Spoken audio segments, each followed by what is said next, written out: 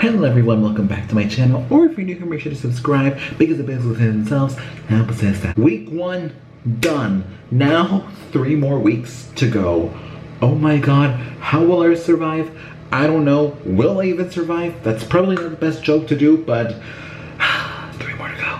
Anyways, hello everyone. I just archived about 1,000 pictures on Instagram, so none of you can dig out any of my cringy pictures. You're welcome. Today's video is not about my cringy old Instagram pictures. Today's video is a very special video that doesn't come around very often on my channel because I rarely release music, but when I do like to make a big deal when it is the first year anniversary of whatever project I have released. And today, well, yesterday was the 1-year anniversary of my sophomore album, The Life of a Comedian, and I just wanted to take this time to reflect and really look back on that era because, surprise, surprise, the era is done.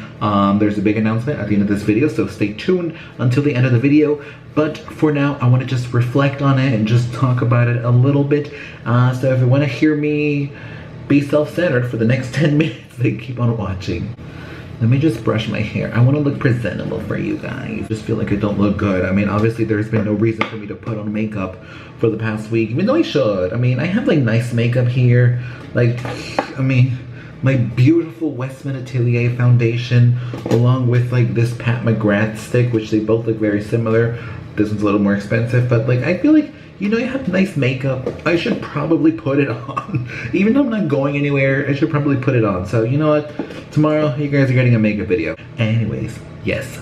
Yesterday, I released The Life of a Comedian, which was my sophomore album. And looking back at that era, it's really crazy and it's insane. And, you know, I remember that era for so many reasons. I remember it for it being the longest project I have ever done in my life.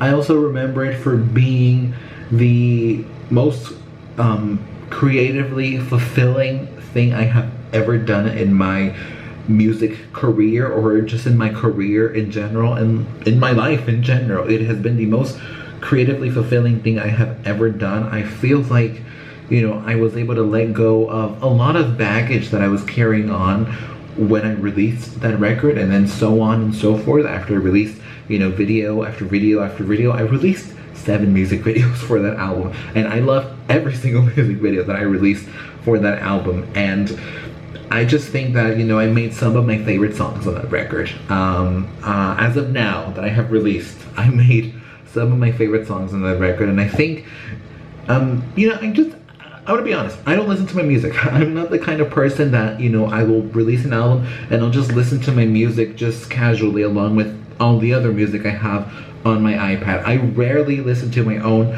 music. If I'm listening to my music, it is to critique or to edit or to mix and master and produce, but I rarely listen to my music for pleasure. But the one song that I still listen to this day, because I personally think it's one of my favorite songs that I have ever released so far, is The Lonely Boys Club. And, you know, if you're new to my channel and you've never heard my music before, I suggest that if you want to start listening to my music, listen to The Lonely Boys Club first, because I think you might really like that song. I feel like it is just, it's a song that appeals to the general public. I feel like it's the most GPGC appealing song that I have ever released, and I genuinely like it, and I think it's really good. And, you know, who knows, maybe it'll have its own Truth Hurts moment in like the next 2 years. I would really appreciate that. And all in all, like I said, I remember that era for being the longest project I've ever worked on. I started working on the album in mid-2016 and completely finished the record. And by finished, I mean I wrote all the songs, mastered the songs, mixed all the songs, and turned it in 2019, like January 2019. So I worked on it for about 3 years, and it took a long time. And as the years went by, I was like, okay, this year's gonna come out. Next year went, okay, this year's gonna come out. 2019, okay, for sure, this year it'll come out. And for sure, it came out in 2019. And I think the first song I ever wrote was actually the title track, which is called Comedian. And I actually, funny story, which nobody really knows this funny story about that song, Comedian, which is on the record. I actually wrote that song not with the intention of writing an album. I actually wrote that song for a song competition that was going on online. I think anyone can join in. It's called the International Songwriting or International Song Competition. It's one or the other. I think it's the ISC. Just search up ISC and you will find it. That's where, you know, it's like a showcase for songwriters or for singer-songwriters. It's a showcase if you are not with a label. You submit your song and then you're judged by a lot of, you know, big names in the industry, and then they'll decide if they want to represent you or if they want you to be a part of their label or not. And, you know, I submitted that, but I think I did it wrong. I think I did it wrong because I put it like on a private YouTube video here on my channel, and I made sure that I didn't watch it so that I could only see when there was one view on it, so that I would know that the judges watched it, and nobody really ever watched it. So I don't think I did it right. I think I was supposed to put it on public or unlisted for people to see it, but nobody saw it. So I think I did the competition wrong.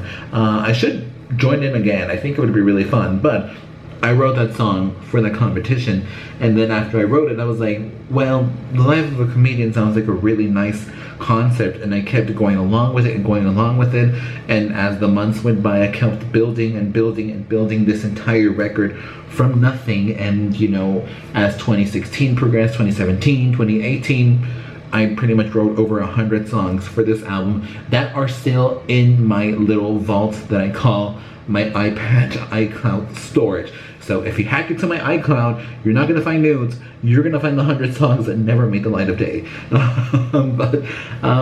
You know, the other songs didn't make it, just didn't sound good. And what I put out was probably the best of the best that I wrote for this record. There's not a single, what most people call album filler. There isn't a song that I just slapped on to make it 30 songs. No, every single song was put in there on purpose and with a purpose and for a purpose. And this era in particular, The Life of a Comedian, is so much different than for my debut album, because if I'm honest, I like to, you know, distance myself. I like to socially distance myself from my debut album, because I was 17 when I wrote it, and to this day, I'm just like, what the hell is this album? What the hell is this supposed to be? Like, I just don't get it. Like, what am I trying to say? What is the story here? What is the concept here? I had no train of thought when I wrote the debut album, whereas with this album, you know, I had a full train of thought from start to finish. I knew how I wanted the album to sound. I knew how I wanted to structurize the album. I knew, you know, sort of how the story of this whole record was gonna go, because this record is a conceptual record, and I like conceptual albums, not just me making them, but I like when other artists make an album that feels like a story from start to finish. I don't really like albums that just sound like they slapped on a ton of songs and just called it a day. Like, I like for every song to have a purpose, and the placement of the song for it to have a purpose as well, and I was able to do that with this album, and I am so incredibly proud of it, and I am so incredibly happy with the outcome. And I know that, you know, we're gonna be real. We're gonna keep it real. It didn't do so well. It didn't do so well. Obviously, I don't have the funding of a record label, and I also personally don't make as much that a funding from a record label costs. So I personally feel that if I had the funding or the backing of a record label, or if I had the money myself that, you know, funding from a record label provided, I feel like I could have pushed this record even further. I feel like I could have made this record into something so much more bigger than I could have ever envisioned. But regardless of, you know, how well it sold or how many streams it has, it's a body of work that I am incredibly proud of, and it is the most selfish thing in the best way possible that I have ever done. And, you know, I always feel so happy when I release something, like especially with the Christmas album that I released in November. I still feel really proud of it. I did it in such a short amount of time, and I was able to do an incredible Christmas album in such a short amount of time, in my opinion. An incredible Christmas album. And, you know, same goes to The Life of a Comedian. It took me 3 years, and, you know, I sure damn hope it sounds like it took me 3 years, because I worked hard on it. And I am just so happy with it. Like, there's no other words to describe how I feel about that record. I feel so proud of it. I feel so happy about it. And I feel proud of myself personally that I was able to write about the things I wrote and put it out there in the world. And you know, I know that it's a year old now, but I hope, you know, some of you that are new to my channel can, you know, go to Spotify, go to Apple Music, search up my name, listen to The Life of a Comedian from start to finish, and maybe find something within my words, find something within the sounds I made that you might enjoy yourself. Now, in regards to the future out there. So, I did put in my 2020 note, back when we all had hopes and dreams about 2020, that I was writing another album. And I still am. I'm writing another album right now, and trust me, it is unlike anything The Life of a Comedian is. It's so polarizing, it's so crazy, it's so intense. I don't really want to talk too much about it because I highly doubt it's gonna come out this year. However, I guess I should just say it right now, just based on the times we're living in. I've also been writing a separate project that is called the Quarantine Sessions that is gonna be coming out eventually. I don't know when. It might even come out after all of this is over, but I feel like it would be nice if it came out when all of this is over, so I have it as a little time capsule for everyone to listen to. So I am writing like a little EP that'll be called the Quarantine Sessions.